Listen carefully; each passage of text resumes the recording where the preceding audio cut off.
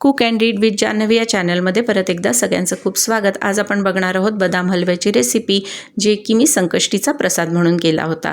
या हलव्यासाठी आपण बदाम 1 तास पाण्यामध्ये भिजवून ठेवलेले आहेत। त्यानंतर 3 ते 4 मिनिट ते गरम पाण्यात उकळले सुद्धा आहे। असं केल्याने बदामाची सालं काढायला मदत होते, पटपट सालं निघतात। आणि त्यानंतर आपण केसर आणि दूध थोडं भिजवून ठेवलेलं आहे आणि 1 ते 1.5 चमचा रवा आपण वापरणार आहोत हलव्यासाठी। आणि त्यानंतर ही जी बदाम आहे त्याची आपण पावडर करून घेतलेली आहे। ती आपण कोर्सलीच क्रश करून घ्यायची, मिक्सरमधनं खूप बारीक करायची नाही।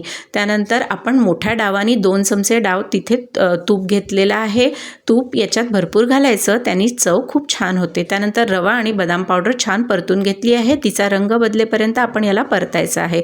थोडासा गुलाबीसर रंग आला की त्यानंतर आपण त्यामध्ये 1 ते सव्वा वाटी दूध घातलेलं आहे आणि त्याला परत छान आपण आटू दिलं आहे थोडंसं। आणि त्यानंतर त्यामध्ये आपण 1 वाटी साखर घातलेली आहे।